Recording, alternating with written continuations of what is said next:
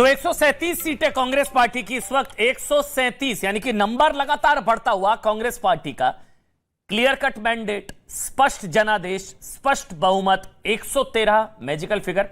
कुल सीटें 224 जिसमें से 137 सीट पर इस वक्त कांग्रेस आगे है। बीजेपी 62 सीटों पर आगे है। हालांकि ये आप समझिए, नतीजे ही समझिए। देखिए 63 बीजेपी इस वक्त आपकी टीवी स्क्रीन पर, 63 भारतीय जनता पार्टी और मैजिकल फिगर से बहुत आगे पहुंच चुकी 113 मैजिकल फिगर है। लेकिन कांग्रेस पार्टी के खाते में जो है 136 सीटें यानी कि 23 सीटें ज्यादा, मैजिकल फिगर से 23 सीटें ज्यादा, 136 सीटें कांग्रेस पार्टी के खाते में। जेडीएस 21 सीटें और अन्य के खाते में, मतलब जेडीएस के खाते में 21 सीटें, लेकिन इनसे जो फिगर है वो डबल से भी ज्यादा है। मतलब पहले नेक एंड नेक कहा जा रहा था, ये कहा जा रहा था कि कांटे की टक्कर होगी, लेकिन ये लगभग 140 की फिगर टच करती हुई कांग्रेस पार्टी। राहुल गांधी को एक बार सुन लेते हैं। कर्नाटक विधानसभा चुनाव के रुझानों या नतीजों के बाद राहुल गांधी का पहला बयान सुनिए। कर्नाटक में नफरत की बाजार बंद हुई है, मोहब्बत की दुकानें खुली हैं। ये सबकी जीत है। सबसे पहले ये कर्नाटक की जनता की जीत है।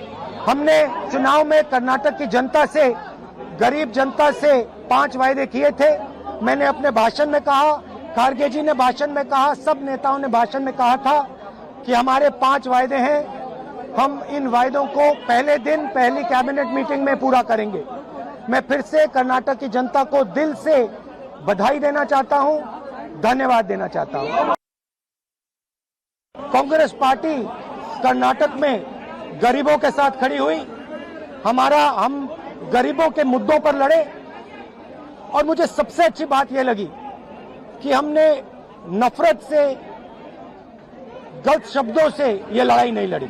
हमने मोहब्बत से, प्यार से, दिल खोल के ये लड़ाई लड़ी और कर्नाटक की जनता ने हमें दिखाया कि ये देश मोहब्बत इस देश को अच्छी लगती है। कर्नाटक के चुनाव में एक तरफ क्रोनी कैपिटलिस्ट की ताकत थी, दूसरी तरफ गरीब जनता की शक्ति थी और शक्ति ने ताकत को हरा दिया। और यही हर स्टेट में होगा। और भारतीय जनता पार्टी के राष्ट्रीय प्रवक्ता जफर इस्लाम इस वक्त मेरे साथ लाइव जुड़ चुके हैं। अनुराग भदौरिया समाजवादी पार्टी से हैं। अनुराग भाई स्वागत। जफर भाई आपका बहुत बहुत स्वागत। राहुल लाल पॉलिटिकल एनालिस्ट यहां स्टूडियो में। सबसे पहले जफर इस्लाम, क्या हो गया 62 और कांग्रेस पार्टी 137, मतलब आपसे डबल। देखिए, आज कांग्रेस पार्टी की जीत हुई है। एक पॉलिटिकल पार्टी के रिप्रेजेंटेटिव होने के नाते मैं सबसे पहले उनको बधाई देना चाहता हूं, कांग्रेस पार्टी को इस जीत के लिए। उनको मुबारक हो इस जीत। और उसके बाद मैं ये बताना चाहता हूं कि देखिए 2-3 अहम बातें जो आपसे कहना चाहता हूं। पहली बात, कोई भी जीत होती है, हार होती है, इलेक्शन है, उसका रिजल्ट तो होना है, कभी जीत होगी कभी हार होगी। और आज हमें हार हुई है हमारी पार्टी को, लेकिन इसकी समीक्षा करेंगे, कहां गलत हो गए, कहां ऐसा हो गया कि जो जनता का हमें बार बार आशीर्वाद मिलता था, इसमें उतने आशीर्वाद नहीं मिले जितनी की उम्मीद थी। हालांकि वोट परसेंटेज हमारा 36% ही है, वही है, लेकिन सीटों में तब्दील नहीं हुआ। सीटों में तब्दील नहीं होने का बहुत बड़ा कारण है कि जेडीएस को लोगों ने, वहां की जनता ने जो नकारा है, उसका फायदा जो है ज्यादा जो है वो पूरे तौर पर जो है कांग्रेस को मिल गया। ये सबसे बड़ी हार की वजह है, इसलिए कि वोट परसेंटेज हमारा कुछ नहीं बिखरा, हमारे वोट परसेंटेज इंटैक्ट रहे।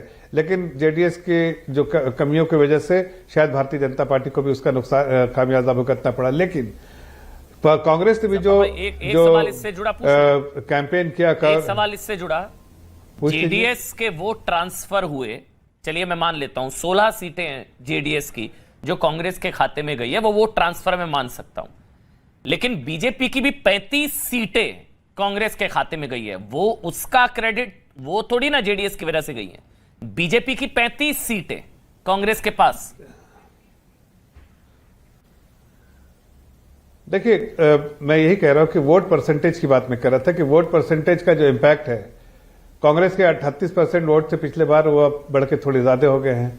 जो वोट घटे हैं, जो बढ़े हैं कांग्रेस के, उतने वोट जेडीएस के घटे हैं। मतलब मिरर इमेज है बिल्कुल। ऐसा नहीं कि हम उनके वोट जितना घटे वो कहीं और चले गए, हम वो पूरे जो कांग्रेस में गए हैं उसकी बहुत सारी वजूहत है। जिस तरह से नेगेटिव कैंपेन किया, जिस तरह से उन्होंने झूठ फैलाया कैंपेन में, जिस तरह से उन्होंने पेपर का इस्तेमाल गलत इस्तेमाल किया, हम इलेक्शन कमीशन में भी गए थे उसकी शिकायत लेके। लेकिन जाहिर है उन्होंने कैंपेन में जिस तरह से झूठ को फैलाया, खासकर कुछ ऐसे नैरेटिव डेवलप किए जो सच्चाई से हट के थे, कम्युनलाइज किया पूरे इलेक्शन को पीएफआई का मुद्दा लेके, मुस्लिम रिजर्वेशन का मुद्दा लेके। लेकिन उन लोगों को शायद उन लोगों की रिसेप्टिवनेस उस बात की ज्यादा रही जिससे, और हम जिस चीज को जो उसको काटने में उतना कामयाब नहीं हुए। लेकिन और भी कुछ चीजें होंगी जिसकी समीक्षा करेंगे। और इतना जरूर है कि आज इनको ये बताना चाहता हूं कि हम बहुत ही कंस्ट्रक्टिव ऑपोजिशन में रोल प्ले करेंगे। हम वहां की जनता को जो एक उम्मीद है, जिसके वादे हमने भी किए थे कि वहां विकास होगा, विकास की दरिया जो बह रही है वो दरिया बहती रहेगी, तेजी से बढ़ेगी। उस विकास की गाड़ी में जो रोड पे जो है, इनको कांग्रेस को मजबूर करेंगे कि तेजी से गाड़ी चले उनकी, ताकि वहां की जनता की जो उम्मीदें हैं उस पे वहां पर पूरी होनी चाहिए। और उसके लिए हमारी पार्टी एक सवाल और ले रहा हूं जफर भाई, उसके बाद आपके पास आऊंगा अनुराग। लेकिन जफर इस्लाम, लोग सब डबल इंजन की सरकार नहीं होगी तो नुकसान तो नहीं होगा कर्नाटक का? सेंटर में अलग सरकार, स्टेट में अलग सरकार, तो कर्नाटक का नुकसान तो नहीं होगा कहीं? बहुत बड़ा फायदा होता है। लेकिन अब ये सरकार किस तरह से नेगेटिव अप्रोच रखती है, पॉजिटिव अप्रोच रखती है, उससे पता चलेगा। जैसे मैं एग्जांपल देता हूं कि पहले जब इनकी सरकार थी 2018 में बनी थी, प्रधानमंत्री आवास योजना, प्रधानमंत्री किसान सम्मान निधि, प्रधानमंत्री के बहुत सारे वेलफेयर स्कीम जो है सेंटर के, उस वेलफेयर स्कीम में स्टेट से ही लिस्ट जाती है। आपको ये पता है कि लिस्ट स्टेट से जाती है बेनिफिशियरीज की, और सेंटर उनको देता है। लेकिन यहां लिस्ट ही नहीं भेजते थे। आज वो देखिए, आप प्रधानमंत्री आवास योजना में 17 लोगों की लिस्ट भेजी थी, 54 लोगों की किसान सम्मान निधि में। ऐसे बहुत सारे आंकड़े हैं जो एकदम मामूली से आंकड़े नहीं के बराबर थे, नेग्लिजिबल नंबर्स भेजे थे। आज वहां के देखिए, जब से हमारी सरकार थी उसका जो बेनिफिट हुआ हमने ढूंढ के निकाला सब बेनिफिशियरीज को। तो चुनाव प्रचार में बता दिया था आप लोगों ने, वो तो स्टेट के नाम भेजा तो रैलियों में बताने वाले आंकड़े करोड़ों लोगों का फायदा हुआ। जी आपने बता दिए। लेकिन अभी तो ये वाले आंकड़े हैं ना जफर भाई, बीजेपी 63, कांग्रेस 136। अनुराग भदौरिया, अनुराग मैं किस पे सवाल पूछूं? आप किस पर पहले बोलना चाहेंगे, कर्नाटक पर या अपने यूपी पर? किस पे आप पहले बोलना चाहेंगे? नहीं, जिस पे आप कर्नाटक पूछिए, उत्तर प्रदेश पूछिए, हिंदुस्तान के बारे में पूछिए, हम पूरे सभी के बारे में बताएंगे। क्योंकि हम लोग सब राष्ट्र की बात करने वाले लोग हैं। उत्तर प्रदेश भी राष्ट्र में आता है, कर्नाटका भी राष्ट्र में आता है, पश्चिम बंगाल भी आता है, बिहार भी आता है, गुजरात भी आता है, महाराष्ट्र भी आता है, पंजाब भी आता है। हम उनमें से थोड़ी है जहां हमारी सत्ता नहीं होगी उसकी बात हम नहीं करेंगे, जैसे भारतीय जनता पार्टी भाई मैंने ये सिर्फ इसलिए पूछा आपसे, अनुराग भाई मैंने सिर्फ इसलिए पूछा क्योंकि अखिलेश जी ने कर्नाटक पर ट्वीट किया, निकाय यूपी के चुनाव पर अभी ट्वीट नहीं किया उन्होंने, इसलिए मेरे को लगा शायद आप कर्नाटक की आज बात करना चाहेंगे, आप नहीं चाहेंगे कि मैं यूपी का सवाल पूछूं। जी अनुराग भाई। नहीं, आप बिल्कुल पूछिए, हम तो राष्ट्र की बात करने वाले लोग हैं। कर्नाटका भी राष्ट्र के अंदर में आता है, हम हिंदुस्तानी हैं, हिंदुस्तानी नागरिक है। ये भारतीय जनता पार्टी वाले कैरेक्टर आप कहां अपनाते हो? आप देखो, भारतीय जनता पार्टी हार रही है तो वहां पे अलग अलग चीजें खोज रही है, वो बताओ किसके नाम पे जीते, किसके नाम पे नहीं जीते, देख रहे हो ना आप। तो आप वो सब छोड़िए ना, राष्ट्र की बात कीजिए आप। राष्ट्र में अगर कर्नाटका हमारे राष्ट्र का हिस्सा है और कर्नाटका में जो भी अच्छा बुरा होगा उस पर लिखने का, समझने का, बोलने का अधिकार मुझे है। उत्तर प्रदेश में भी जो अच्छा बुरा होगा उसका भी बोलने का, सुनने का अधिकार हमें है। अगर पश्चिम बंगाल में और पंजाब में भी होगा तो अधिकार हमें है। पहले किस पर बोलेंगे, कर्नाटक या यूपी? डिवाइडेड रूल कहां आप लाते हो? पहले किस पर बोलेंगे, कर्नाटक या यूपी? फिर मैं सवाल लेता हूँ। उत्तर प्रदेश की आज की डेट में बजरंग बली का आशीर्वाद तो खत्म हो गया कर्नाटका में, और उत्तर प्रदेश में भी श्री प्रभु राम का भी आशीर्वाद इनके ऊपर से हट चुका है, भारतीय जनता पार्टी के ऊपर से। देखिए, जहां पे मैंने फिर पहले बोला था कि जहां दीपोत्सव मनाते हैं वो स्वर्ग द्वार, उसका वार्ड का नाम है, वही वार्ड हार गए। सोचो आप, जहां से आप पूरे देश को संदेश देते थे भारतीय जनता पार्टी के लोग, आज वही हार गए। वही समाजवादी पार्टी का दीपक जल गया। तो आप अंदाजा लगा सकते हो कि प्रभु राम को आशीर्वाद किसका प्राप्त है? समाजवादियों का। यही जहां मेयर के चुनाव की बात आप कर रहे हो, इसी मेयर में जब पहले मेयर के चुनाव होते थे तो भारतीय जनता पार्टी एक तरफा जीत जाती थी। आज मेयर का चुनाव होता है, आज हुआ तो भारतीय जनता पार्टी स्ट्रगल कर रही है जीतने के लिए। समाजवादी पार्टी से कहीं 100 वोट से, कहीं 150 वोट से, कहीं 16 वोट से आगे चलती हुई दिखाई दे रही है। अच्छा, अगर पंचायत की बात करें, कितने मेयर है आप? पूरी बात कर लो। नहीं, पहले मेयर पे बात करते हैं। कितने मेयर आप? आऊंगा। मैं कह रहा हूं ना कि देखिए समाजवादी पार्टी का वोट परसेंट कितना तेजी से शहर के अंदर वोट बढ़ा है। शेयर तो बीजेपी का भी उतना ही है कर्नाटक में। किसी को जानते नहीं थे। अनुराग भाई एक मिनट, अब आप मेरी बात सुनिए। अगर वोट शेयर की बात है तो बीजेपी का भी कर्नाटक में वोट शेयर इंटैक्ट है 36% के आसपास, मगर हारी ना बीजेपी वहां पर। उसी तरह से आप अगर वोट शेयर, मेयर 17 में से कितने हैं आपके? ये देखिए फिगर चल रही है। मैं वही तो कह रहा हूं, समाजवादी पार्टी का वोट परसेंटेज बढ़ा है शहर के अंदर में। तो ये 17 में से कितने मेयर? चाहिए कि सुनो ना, फिर आप जीतने आने में चले गए। मैंने कहा वोट परसेंटेज समाजवादी पार्टी को लोग मानते थे कि समाजवादी पार्टी शहर में नहीं पाई जाती है। आज समाजवादी पार्टी शहर में सीना चौड़ा करके खड़ी है और चैलेंज दे रही है, और पूरे वोट के साथ वोट परसेंट जहां पे आज, मैं वही तो आपको बता रहा हूं, अगर आप नगर पंचायत में जाओगे तब तो वो समाजवादी पार्टी किस तरह से जीत रही है। नगर पालिका में समाजवादी पार्टी कितना जीत रही है? डबल जितनी जीती थी उससे दोगुनी सीटें जीत रही है नगर पालिका में, नगर पंचायत में।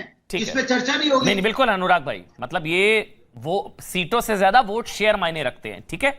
यही मतलब मैं निकालूं आपकी बात का? सीटों से ज्यादा वोट शेयर मायने रखता है। हमने नगर पालिका जीतने की बात बोली ना, नगर पालिका हम जीत रहे हैं ना, तो उसमें भी तो चर्चा होनी चाहिए। नगर पंचायत हम जीत रहे हैं, कहां जीत रहे हैं? नगर पालिका 199 में से 112 बीजेपी है। 199 में से 112 बीजेपी है। सुनो, अभी मेरा आंकड़ा देखिए, नगर पंचायत के 204 भारतीय जनता पार्टी को है और 180 समाजवादी पार्टी को है। तब है जब भारतीय जनता पार्टी पूरे शासन प्रशासन का पूरा उपयोग करती है। किस तरह से कार्यकर्ता परेशान कर रहे थे, नगर पंचायत भी 544 में से 229 बीजेपी है। रो रहे थे, किस तरह से उसके हड़का रहे थे, क्या गालियां दे रहे थे। आपने देखा एक अधिकारी को गाली देते हुए देखा आपने? चल भाग, देखा आपने? वो ये भाषा शैली होती है क्या सरकार की? सरकार के अधिकारी की ये भाषा शैली होगी? आप बताइए, गलत कह रहे हो तो बताइए। बुलंदशहर में कैसे समाजवादी पार्टी की प्रत्याशी रो रही थी, बताइए। एक महिला के साथ आपने किस तरह का व्यवहार कर रहे थे कार्यकर्ता बीजेपी के? आप पूरी ताकत का अनुराग भाई, आपकी सारी बातें बहुत अच्छी है। अनुराग भाई, आपकी सारी बातें सही है, मैं सारी बातें मानता हूं। प्रॉब्लम बस ये है कि अगर इतना ही जीत रहे थे आप नगर पंचायत का चुनाव, यूपी के निकाय चुनाव, तो अखिलेश जी ने इस पर नहीं ट्वीट किया, कर्नाटक पर किया। मैं बस वो इसलिए मैंने आपसे पूछा कि निकाय चुनाव पर भी तो बोलना चाहिए ना, उस पर नहीं किया। देखिए जी चिंता आपकी क्या है, आपकी चिंता देखिए क्या है। बीजेपी की चिंता, आपकी चिंता कितनी मिलती है सोचिए। उनको ये चिंता है कि आपने कर्नाटक पे क्यों कर दिया, यूपी पे क्यों नहीं किया। अगर यूपी पे कर दिया तो यूपी पे क्यों किया? कर्नाटक को आप अपना नहीं समझते क्या? अरे अनुराग भाई, हर चीज में बाहर की खान आपके साथ दिक्कत ये है, ये छोड़ दीजिए, ये पूरा हिंदुस्तान हमारा है, इस पूरा हिंदुस्तान हमारा है। अनुराग भाई, आपके साथ दिक्कत सिर्फ ये है, हम उत्तर प्रदेश पे भी लिखेंगे, चलिए आप हम बोलिए। बिहार पे भी लिखेंगे, हम गुजरात पे भी लिखेंगे, ये पूरा हिंदुस्तान मेरा है। आप क्यों ऐसी बातें करते हो कि हिंदुस्तान में कर्नाटक अलग हो गया क्या? कर्नाटक अलग है क्या? अनुराग, कर्नाटक आपसे मैंने एक सवाल पूछा, आपने मुझे बीजेपी से जोड़ दिया। एक मिनट, आपने मेरे से एक सवाल पूछा, आपने मुझे बीजेपी से जोड़ दिया। अनुराग भाई, आप लोगों के साथ प्रॉब्लम यह है कि आपसे कोई उल्टा सवाल, आपकी पत्नी भी घर में आपसे सवाल पूछ लेगी ना, अगर थोड़ा जो आपको पसंद नहीं होगा उसको भी आप भाजपा ही बता देंगे। सवाल सुनने की हिम्मत रखा करिए ना सर, थोड़ा सवाल सुनने की थोड़ा हिम्मत रखा करिए। अंदर तक चले गए। नहीं, मैं कह रहा हूं सवाल सुनने की हिम्मत रखा करिए, ऐसा नहीं होता है। बहरहाल राहुल लाल कुछ कहना चाह रहे हैं। जी, राहुल कुछ कहना चाह रहे हैं आपसे। अनुराग भाई आ रहा हूं, जेडीएस से भी मेहमान हमारे साथ जुड़ गए हैं, लेकिन पहले राहुल आप बोल लीजिए। नहीं, देखिए पहला सवाल तो मेरा अनुराग जी से होगा और एक सवाल जो है कि जफर इस्लाम जी से होगा। देखिए अनुराग जी ये तर्क दे रहे हैं वोट प्रतिशत का, तो वोट प्रतिशत के मामले में तो फिर अगर हम लोग देखें कर्नाटक में तो 2004 से ही कांग्रेस के वोट प्रतिशत जो है वो हमेशा से सबसे ज्यादा रहा है। 2004 से सरकार बने ना बने, लेकिन वोट पर कांग्रेस का ज्यादा था। हाँ, नहीं मैं कह रहा हूं 2004 से ही कांग्रेस के वोट प्रतिशत ज्यादा रहे, भले ही कांग्रेस की सीटें कम आ जाएं। तो देखिए वोट प्रतिशत का एक मामला है, भले ही बीजेपी अभी उनको बहुत बड़ा सा मुद्दा बना रहे हैं। अभी हम लोग देखे थे जब हिमाचल प्रदेश में भी बीजेपी जब हार रही थी तब कह रहे थे कि हमने तो बस 0.9% से हम वोट प्रतिशत से हार रहे हैं, लेकिन संख्या में आप हार जाते हैं। तो ये चीज आपके ऊपर भी लागू हो रहा है जो आप तर्क दे रहे हैं अनुराग जी।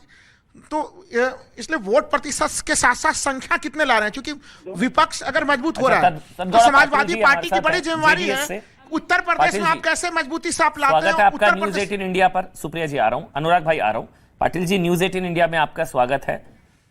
ये मैंडेट एक्सपेक्ट किया था आपने पाटिल जी? कांग्रेस 136 बीजेपी 64? क्योंकि नहीं किया था, क्योंकि एक्चुअली हमारा पूर्व सीएम HD कुमारस्वामी ने